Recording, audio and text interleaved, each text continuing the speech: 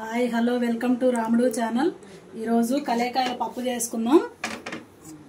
పప్పు ఒక 1 అవర్ నానబెట్టేశాను. ఇప్పుడు ఇందులో కలేకాయలు, ఉల్లిపాయ ముక్కలు, కొన్ని పచ్చి ఎల్లిపాయ గర్భాలు, టేస్ట్కు తగినంత గల్లుప్పు,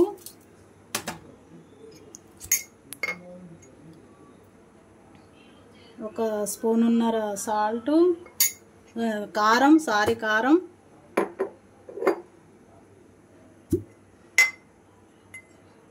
తగినంత పసుపు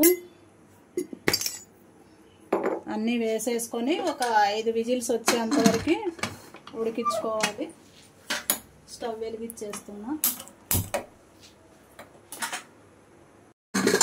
పప్పు అయితే మంచిగా ఉడికింది. ఇప్పుడు స్టవ్ వెలిగించుకొని తాలింపు చేసేసుకున్నాం.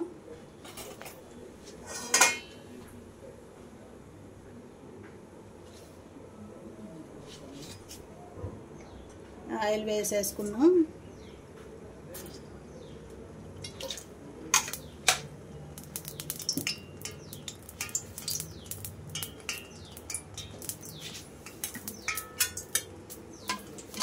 పప్పుని మంచిగా ఎనుపుకోవాలి.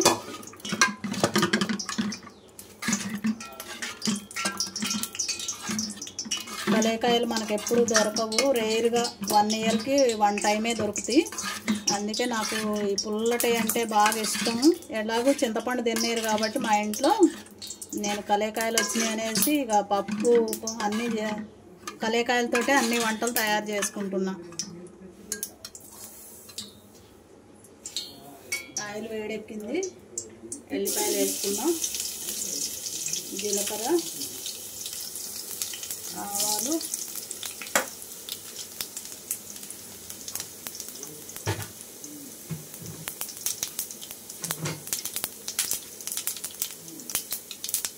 ఎండుమిర్చి,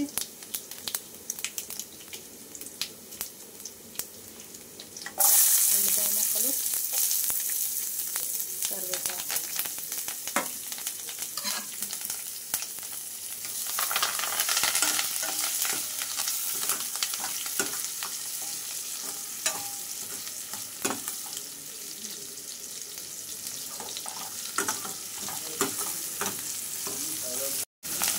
తాలింపు అయితే మంచిగా వేగింది. ఇప్పుడు తాలింపులో పప్పు వేసేసుకున్నాం.